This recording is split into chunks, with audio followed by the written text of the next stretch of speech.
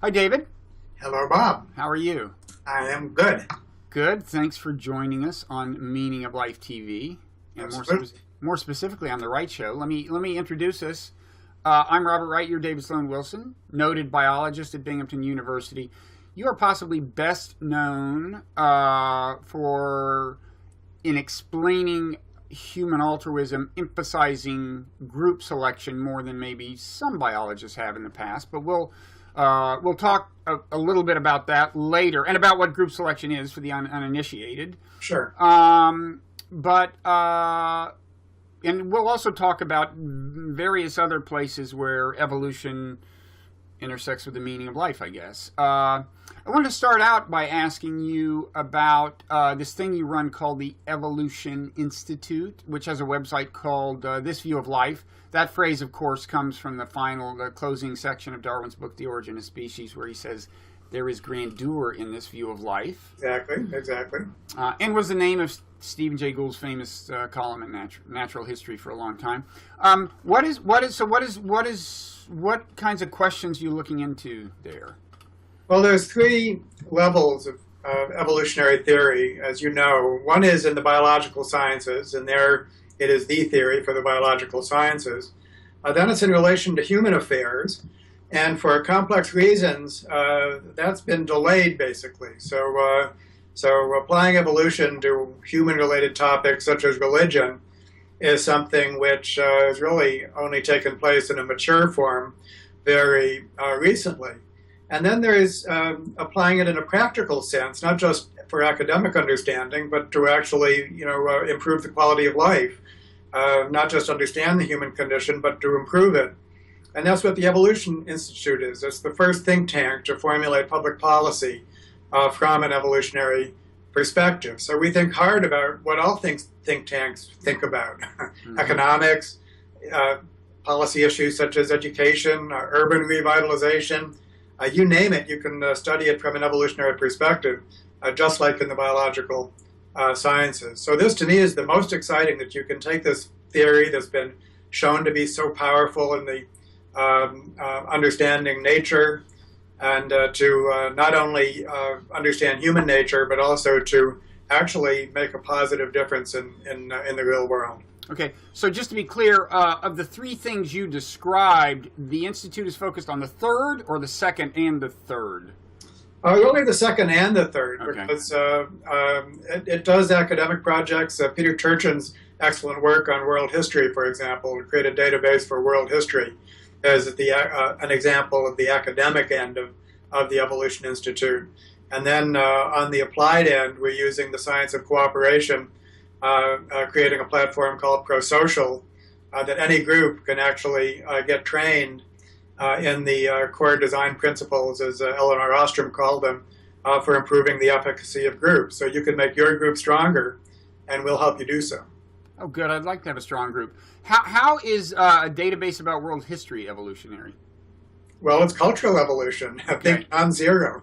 Yeah. So by cultural evolution, we mean the transmission, basically, of non-genetic information from human to human in a way that builds up bodies of information, science, technology, religion, and really attendant changes in social structure and everything. It's everything we've kind of made of the world via, in one sense or another, communication, you might say.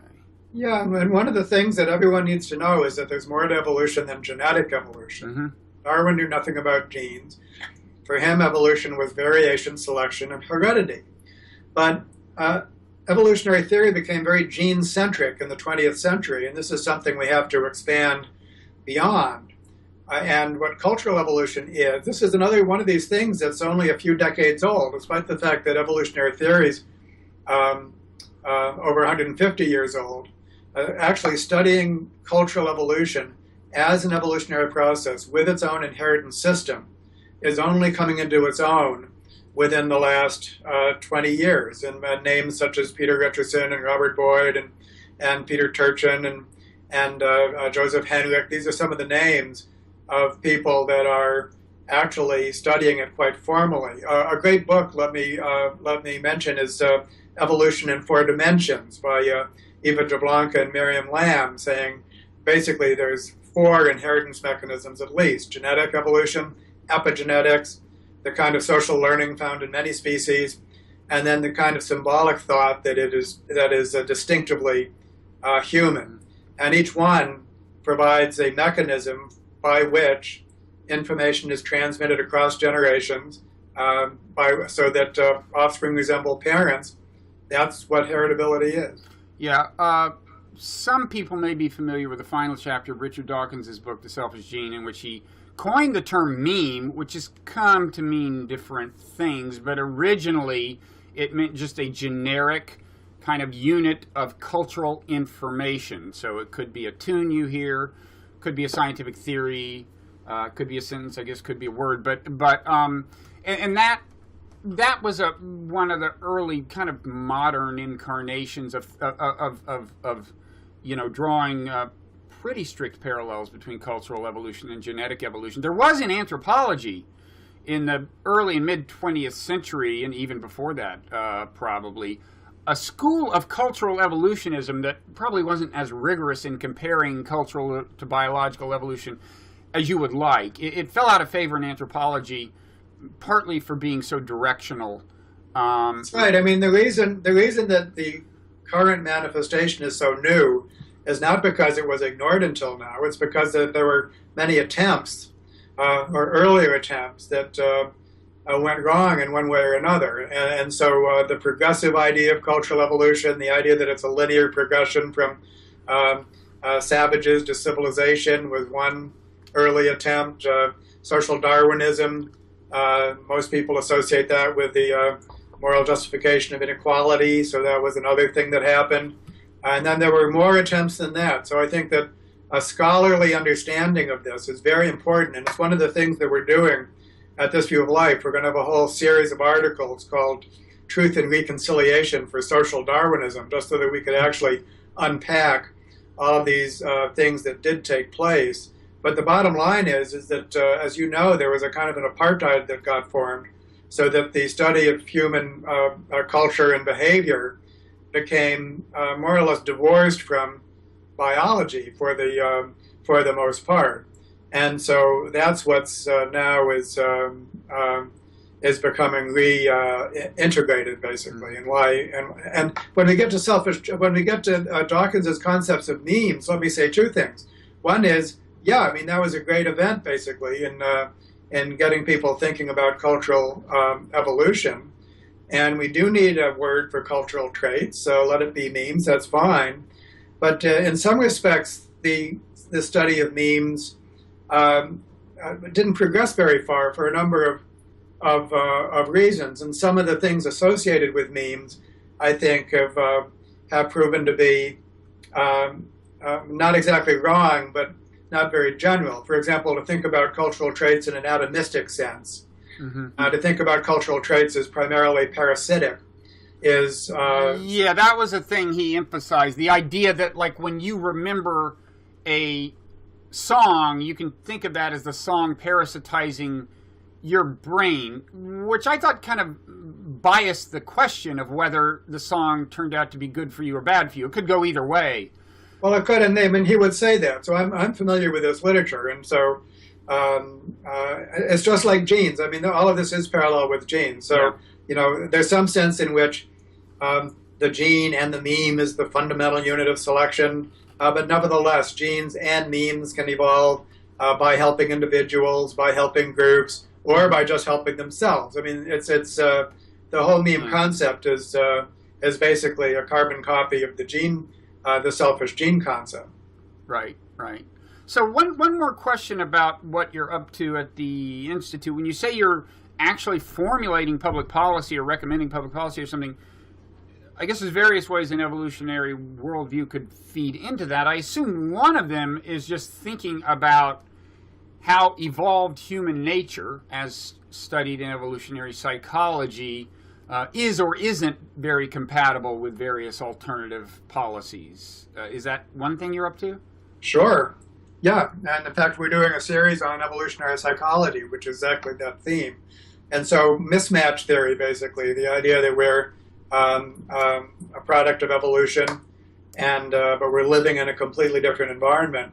that is one very important theme, and yet at the same time, it has to share time with almost the opposite theme, which is, of course, is that thanks to cultural evolution, we adapt rapidly to our current environments.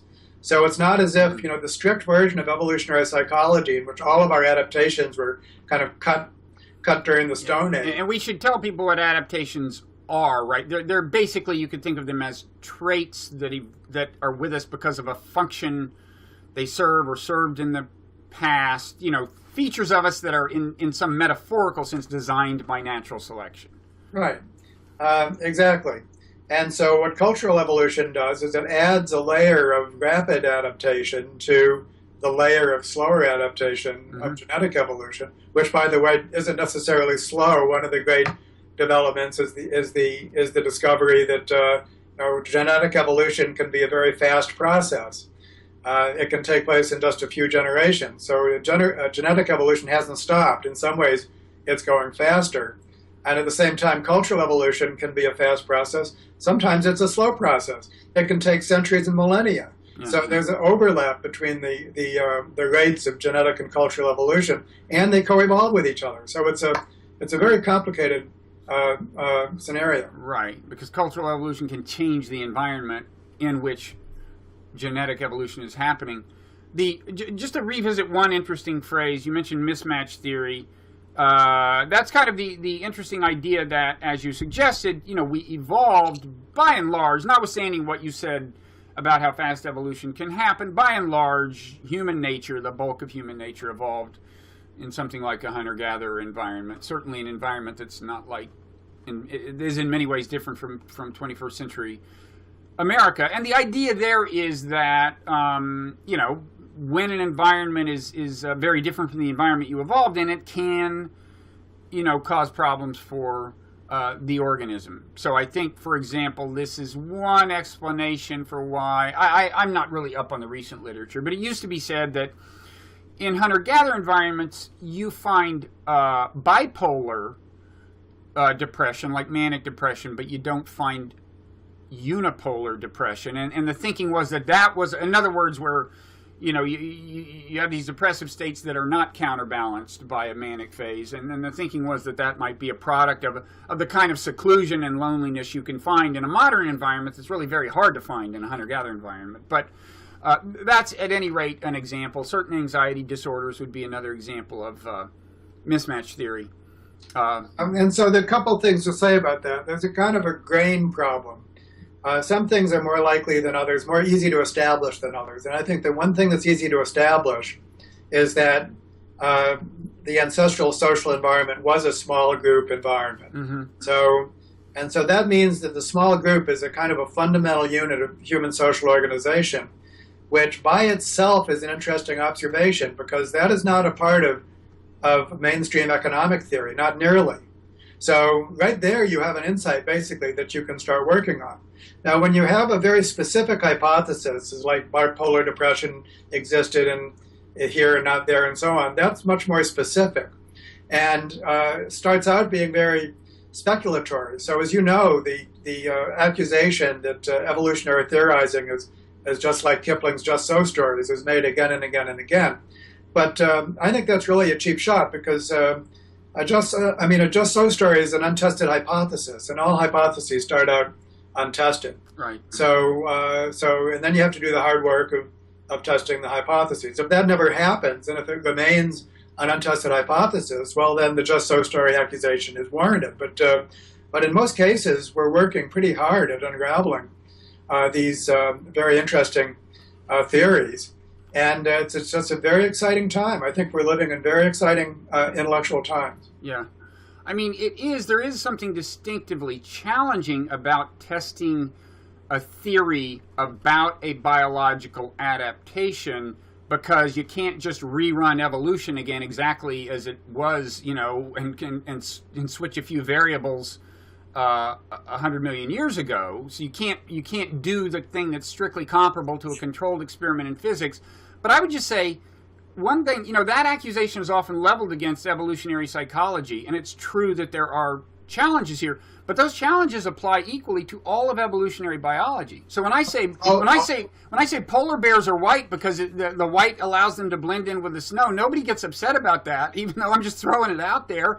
And there's some reason to believe, because there's a correlation. Yeah, white bears tend to live around the snow. That adds some, credence, credibility to the hypothesis, but it's kind of only in the realm of evolutionary psychology where people get upset about the challenges of corroborating a theory. They don't so much in the rest of biology. I mean, a few people do, and in defense of Stephen Jay Gould, whom I've often criticized, he actually used to criticize both evolutionary biology and what became evolutionary psychology.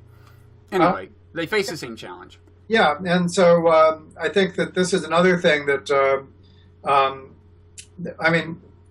any historical science is faced with this problem: geology, astrology, and also crime detection. I mean, I think you mean astronomy, not astrology, but yes, in any astronomy. Thank you.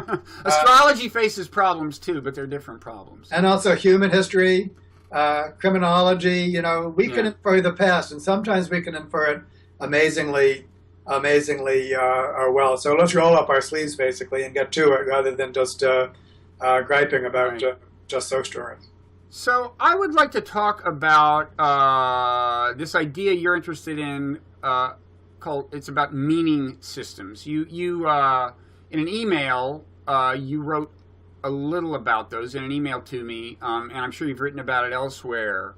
And there was a sentence that interested me. You said, "Thus, we need to create meaning systems that are highly respectful about the facts and explicit about the values. Such a meaning system will be the first of its kind in human history." I'm not sure that's true, and I think I'm going to challenge you on that. But first, why don't you explain to us what you mean by meaning systems? Great. And so let me begin with religion, a topic which captivates the scientific imagination because it seems so irrational. And so it's so puzzling to us why people seem to believe in such weird things that have no proof, and why it causes them to do such costly things. And you know this topic well from your book. I know it well from I wrote a book called Darwin's Cathedral that's about religion from an evolutionary point of view. And your book, The Evolution of God. And so the big puzzle, all the way back to the first scholars to study this, Durkheim and Fraser and people like this, was in the first place, can we explain it as something that's not useful but nevertheless persists? That's one major possibility. Or can we explain it as something that's useful after all? Okay? And Durkheim was the person who said that despite appearances, religions, most enduring religions, have great secular utility. Okay? That was his phrase, which I repeat again and again. And I think the contribution of evolutionary science, the people that have been working on this for only since the turn of the 21st century, is to actually build up a case for the functionality of religion. Although, like with many adaptations, and of course religion is not just one adaptation, it's a collection, it's a very fuzzy set, a collection of many adaptations.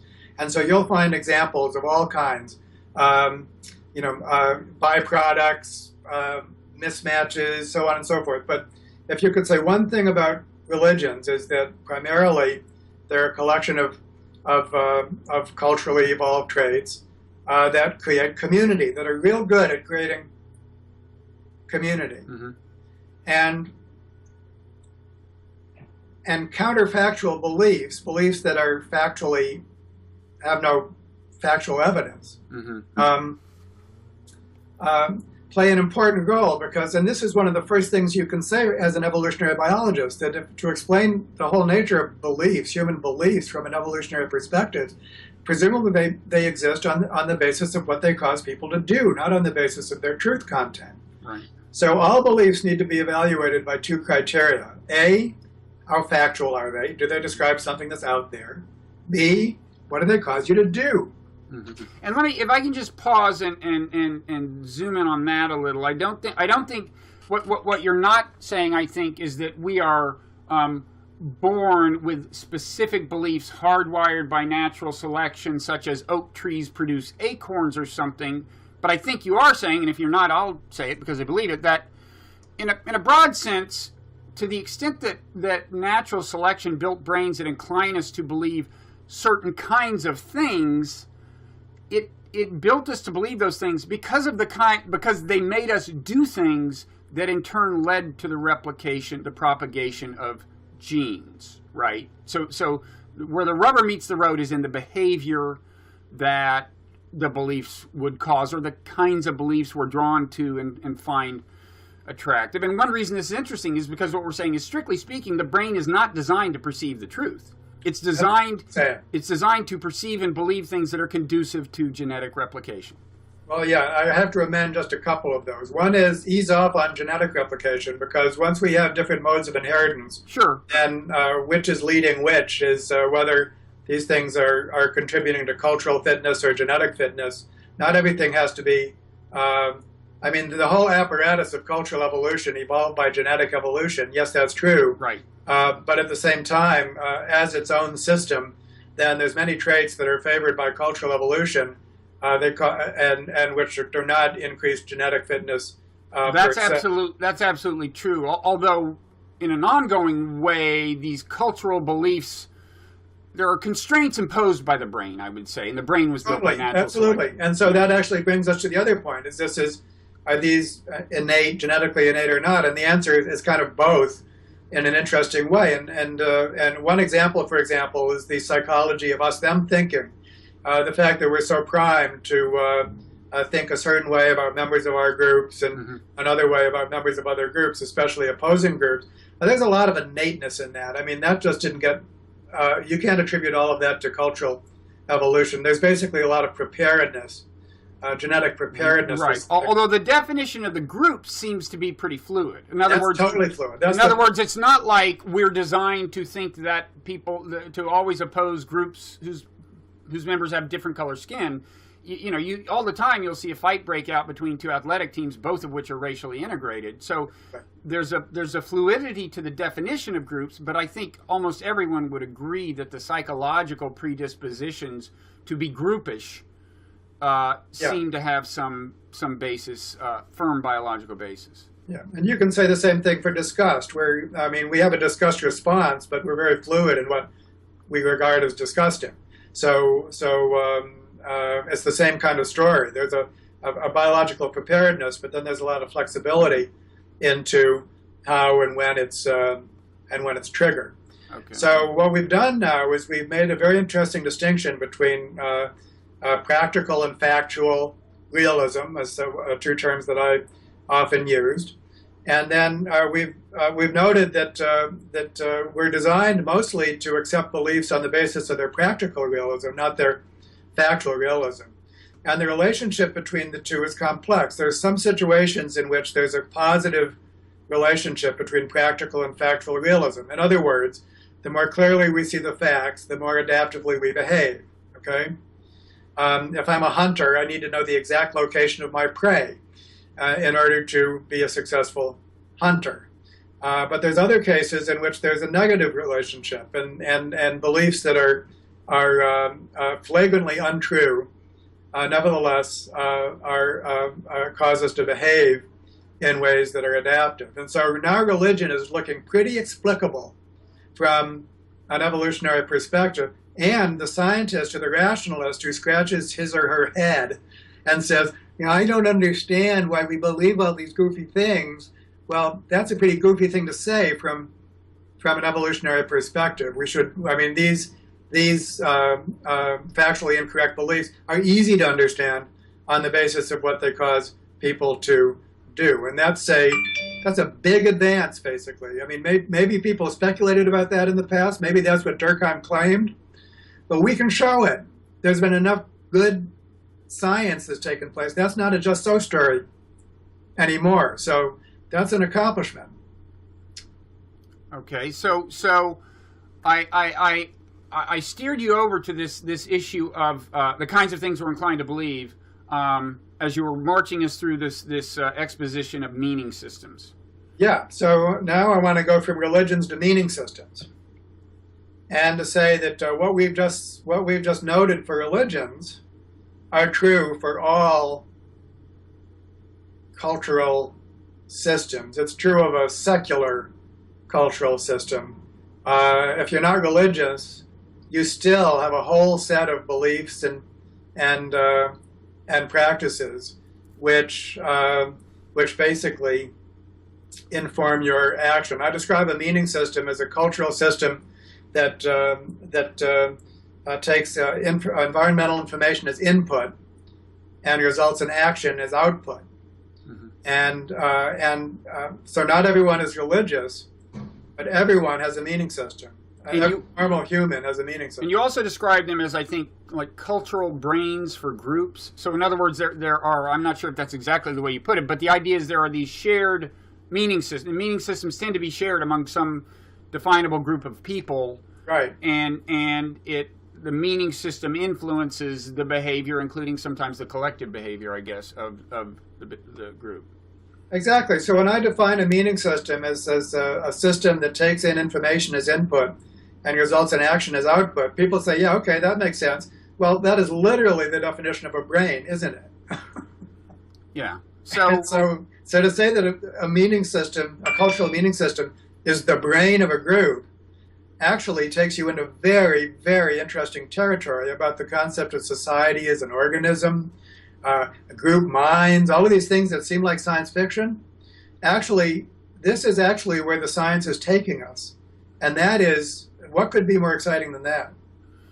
Yeah, okay. So science is an example of one of these meaning systems, I think you say. And more than most meaning systems, it's devoted to the in some sense the truth. In other words, weeding out ideas that don't have a factual basis, right? Yes, that's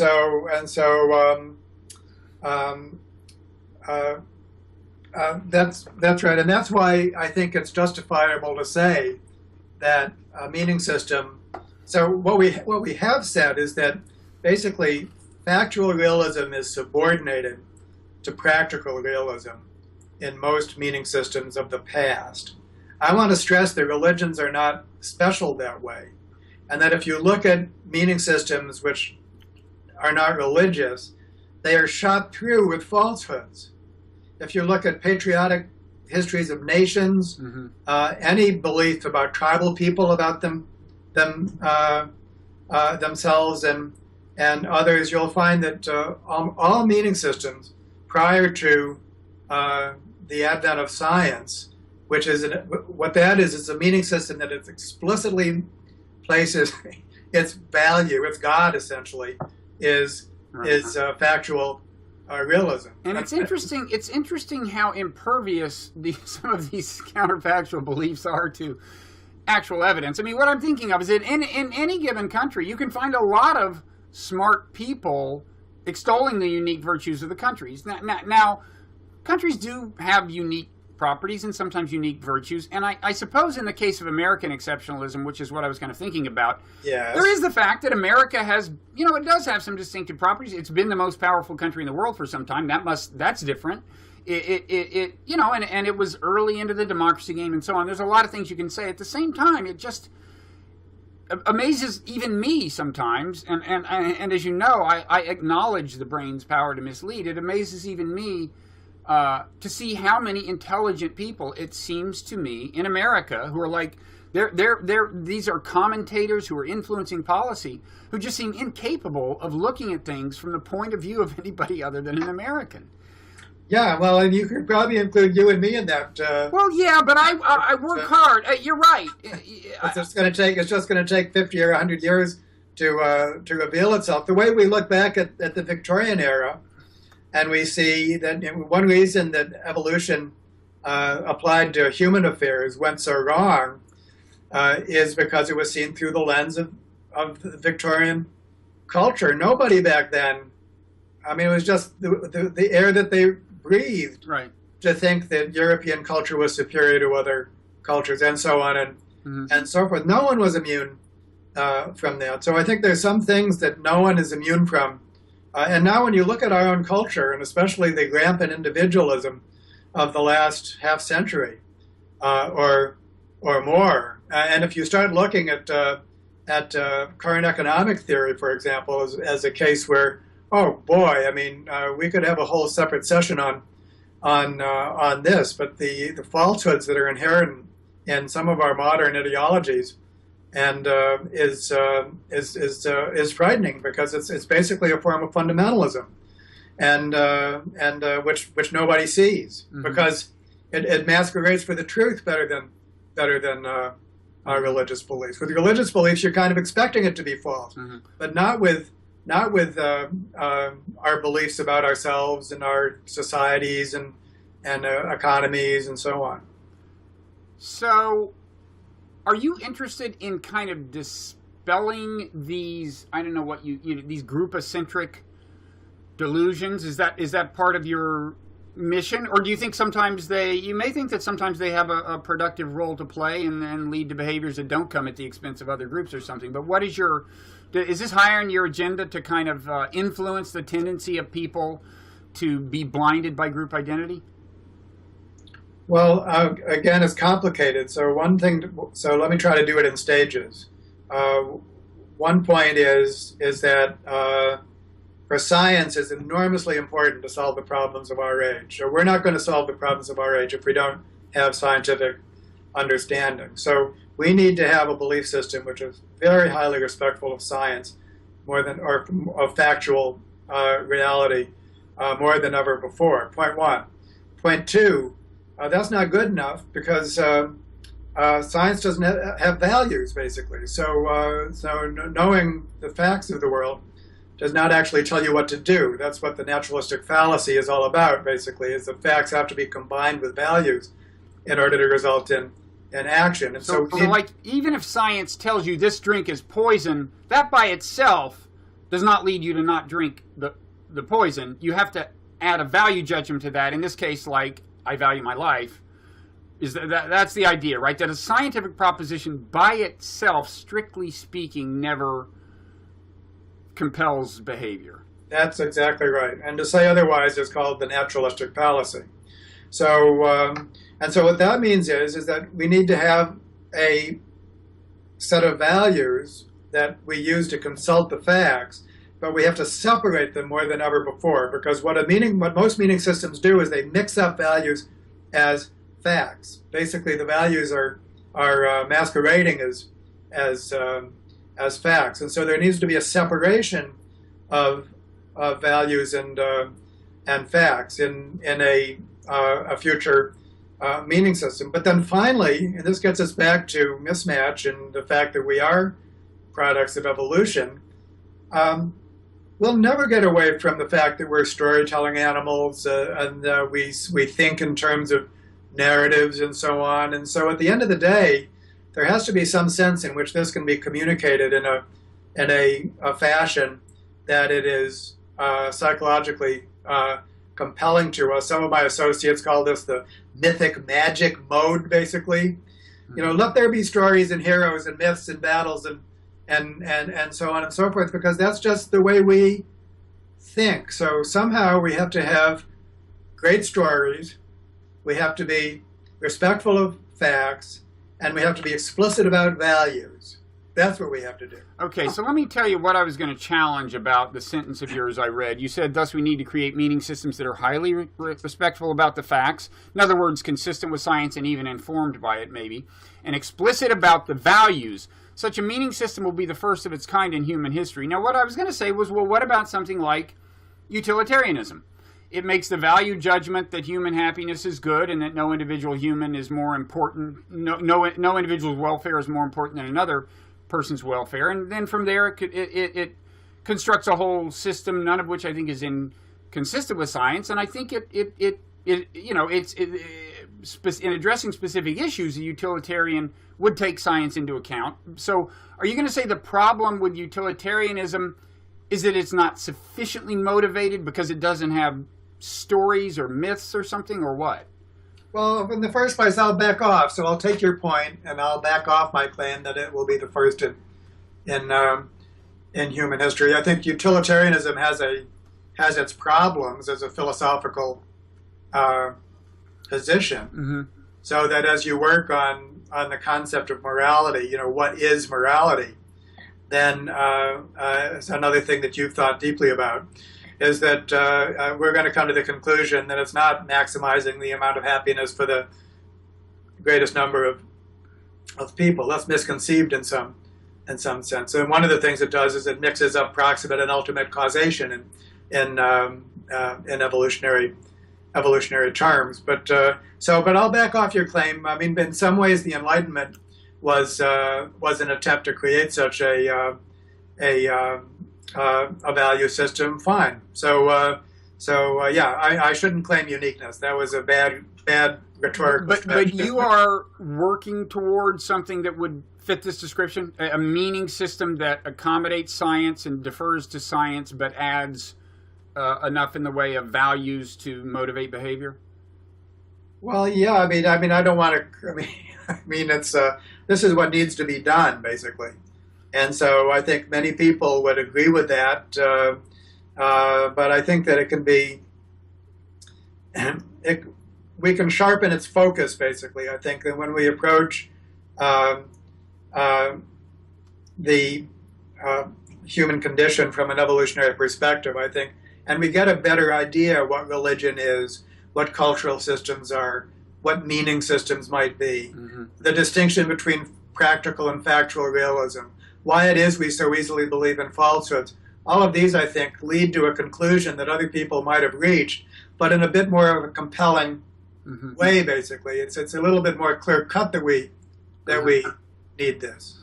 It is an interesting question, if you try to create a highly kind of motivational meaning system, you might say. I mean, I know in your definition all meaning systems are in some sense motivational, but if you want a system that goes beyond, say, positing utilitarianism and wants to actually motivate people to live their lives according to it, in accordance with it, or in accordance with some other thing, it's an interesting question what you have to add, or how you can add things that have real motivational power that don't involve false claims. Yeah, that's right. I mean, I think it's like a handicap, basically.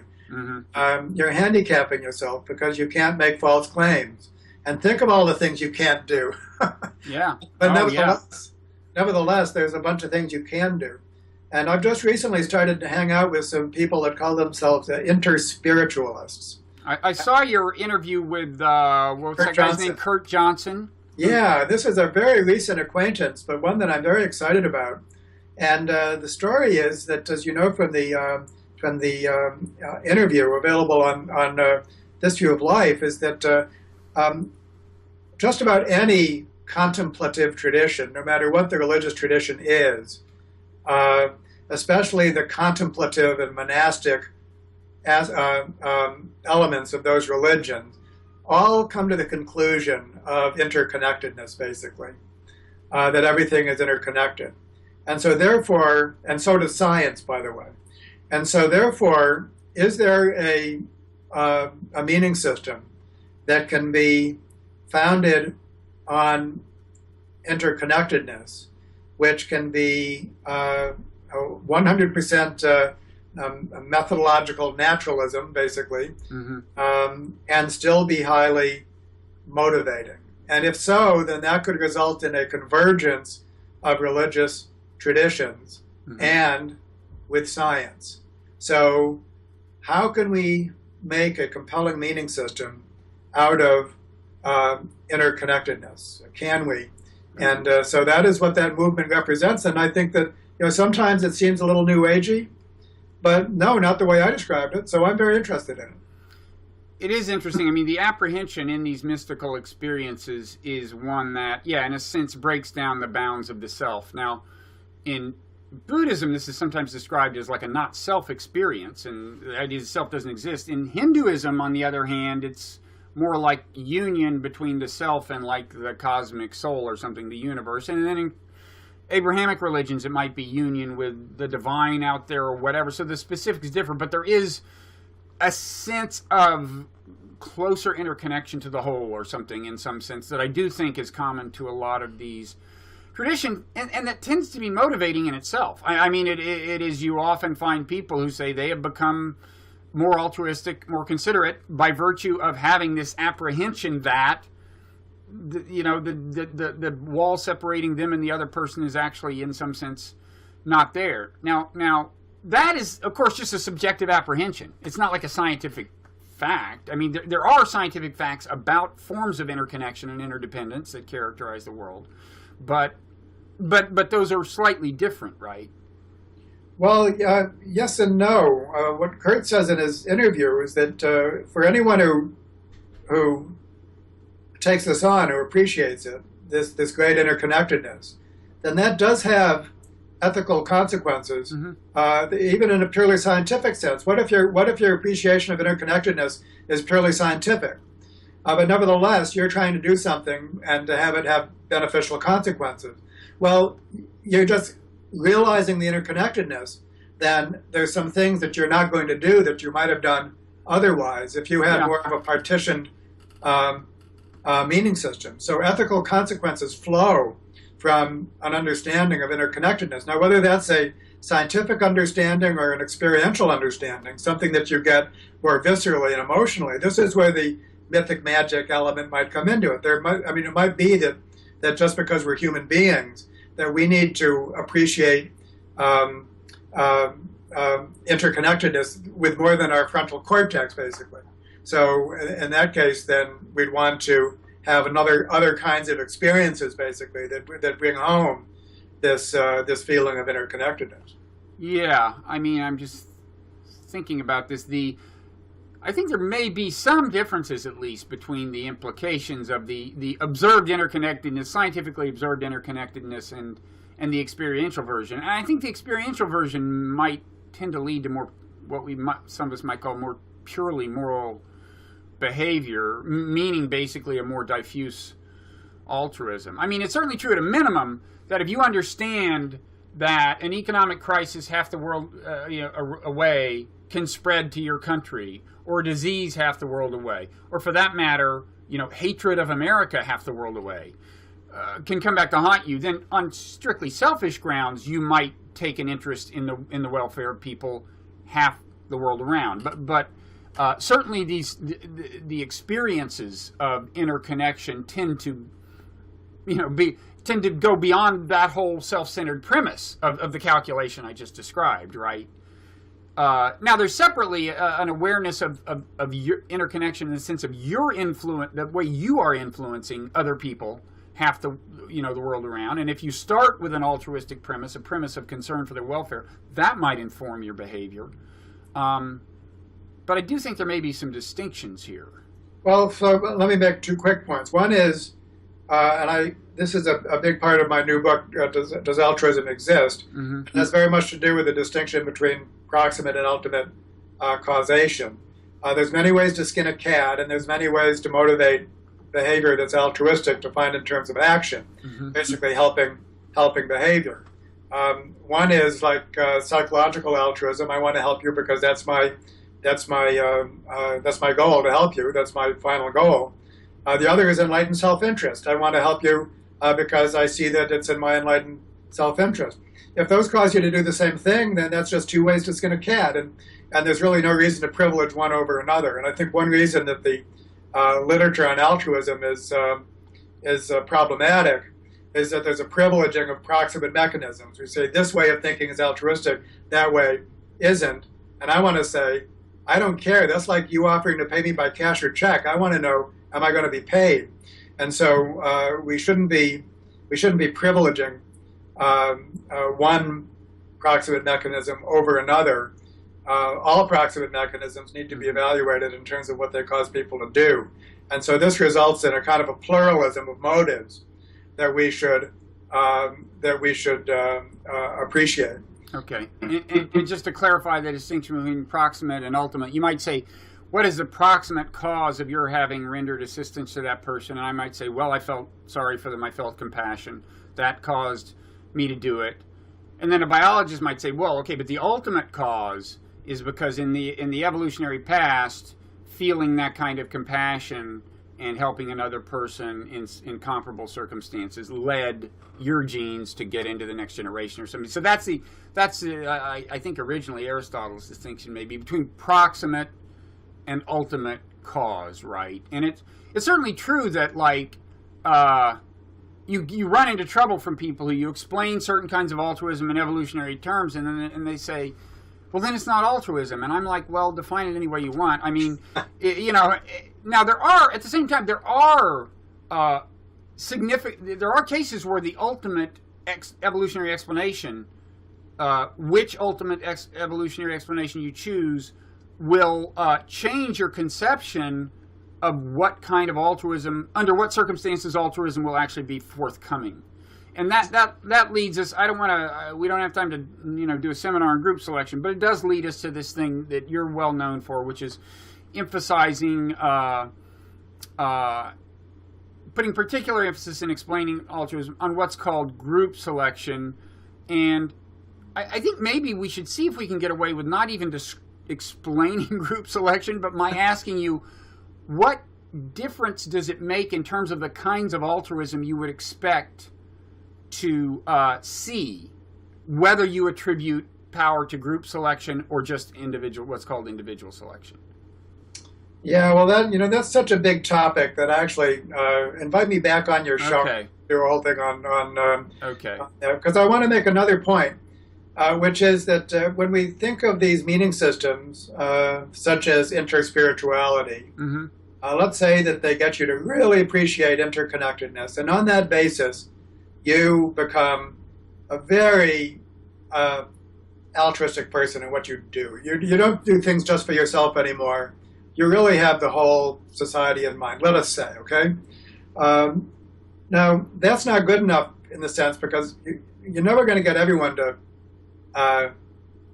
act that way.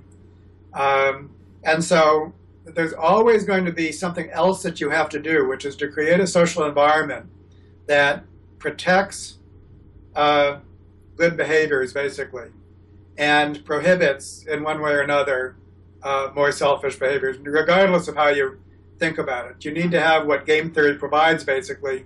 You need to have punishment, you need to have exclusion, there has to be a social environment that so it could be a legal system of sanctions, like putting people in jail. It could be a moral system of sanctions, like not inviting people to parties if they violate social norms and all of that. And that's another thing about religion.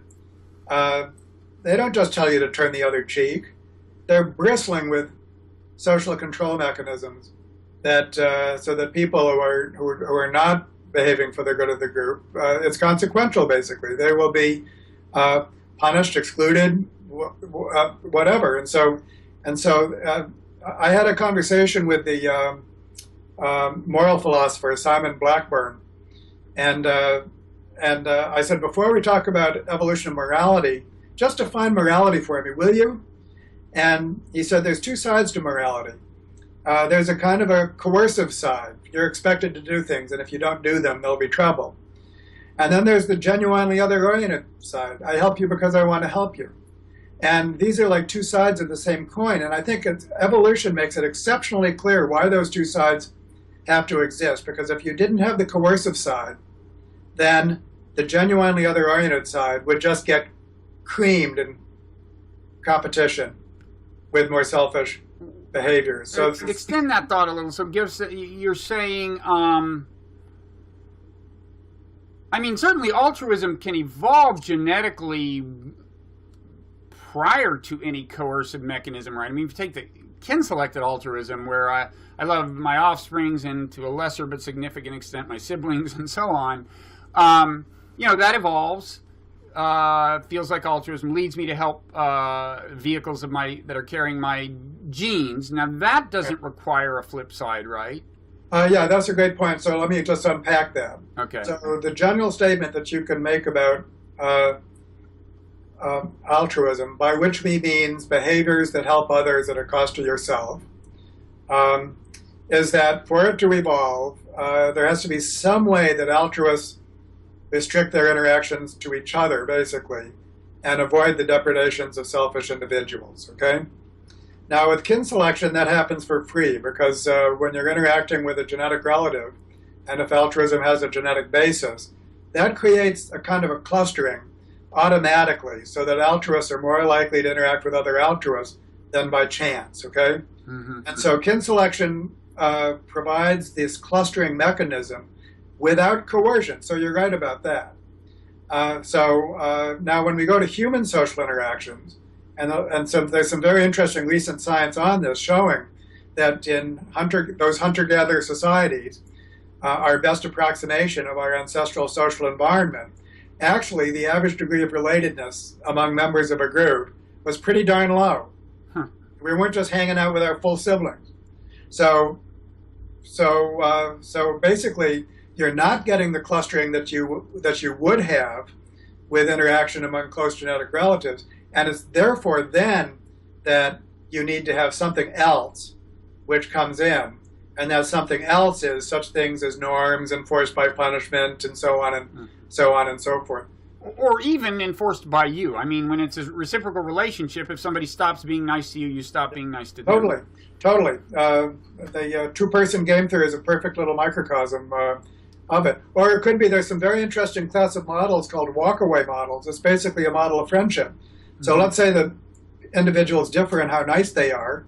They all get to know each other, and then the nice ones go off with each other, and they leave the other ones in the lurch. So there's a clustering that takes place that way, which has nothing to do with genealogical relatedness. Nobody was genealogically related, but the nice ones were able to find each other and were able just to restrict their interactions with each other. That can be more powerful than kin selection as a clustering mechanism. So friendship, why are friends nice for that reason? Okay. All right. So is there anything... So I think it may make sense to reserve a full-fledged discussion of altruism, especially in the context of group selection, for another conversation. But is there anything you want to say quickly about your new book, Does Altruism Exist? Oh, it's a short book on a big question. The Templeton Foundation and Templeton Press and Yale University Press are starting a series of books, short books on big questions. And so they approached me with the idea of one on altruism, even suggested the title, but I leapt at the opportunity because I think that there's a new synthesis at hand, basically. It's possible to write a short book on this big question. And I call it a post-resolution account for the evolution of altruism. So in 150 pages, I'm able to say a lot, basically, on what I think is a new synthesis, if you like, on the evolution of altruism, which means not just highly sacrificial behaviors, but really has to do with the functional organization of groups. How groups work well is as much a topic of the book as highly sacrificial behavior. Okay, and so by post-resolution, you mean after the resolution of a debate between group selectionists and individual selectionists, which you would say has been decided in your favor, but individual selectionists might say otherwise. No, it's more interesting than that. It's not that one side won. Okay. It's this concept called equivalence. But they don't agree with you about that either, right? So they do. That's to be continued. But no. Let me, Robert. Let me. They just don't know it. What's that? They just don't know they agree. They do know it. This is why we need another episode. But let me just take one more step. Equivalence is the idea that two theories are like different perspectives or different languages. They're examining the same elephant in the room, the same causal process. Mm-hmm. And so therefore, they deserve to coexist. Mm-hmm. It's not the case that one will win over the other. Okay, so the resolution of the group selection controversy is that it's not either or. Kin selection or inclusive fitness theory and group selection are these different perspectives. So you have to understand equivalence in order to understand the post-resolution count. I have a whole chapter on equivalence. But having said that now, we can make some statements about the evolution of altruism upon which all reasonable people should be able to agree. And I do make that claim in my book. Okay. You're smiling. Because your definition of a reasonable person may be someone who agrees with you, but don't we all define reasonable person that way? So who am I to complain about that? It's well, I mean, if science is, and I guess I don't want to invoke the science card too many times, but take a well-accepted fact. Take a really well-accepted fact, like mountains existed before people. Okay. Mm-hmm. Okay. That is true. I would have to say, if you don't accept that fact, you're not a reasonable person. It's not you agreeing with me. It's just that this is a very well-established fact, and it's well enough established so that people that don't necessarily agree with me on many, they've got to agree upon this, basically. Continents drift, Earth revolves around the sun, and altruism evolves in this particular way. And that's a strong claim, but I'm willing to defend it. Well, certainly the group selectionists and individual selectionists would agree that those genes with properties most conducive to their own replication will flourish, and that's what happened with altruism. They'll go that far together, right? Something like that. Okay. So, well, good. Then we have plenty to talk about. We can have a whole nother conversation on altruism, maybe. Okay. But this has been a good starter. So thank you, David. And I will take a closer look at This View of Life, the website you run. Oh, yeah, it's a great place for this kind of conversation. Yeah, absolutely. Okay, take care. Thanks. Okay. Bye-bye.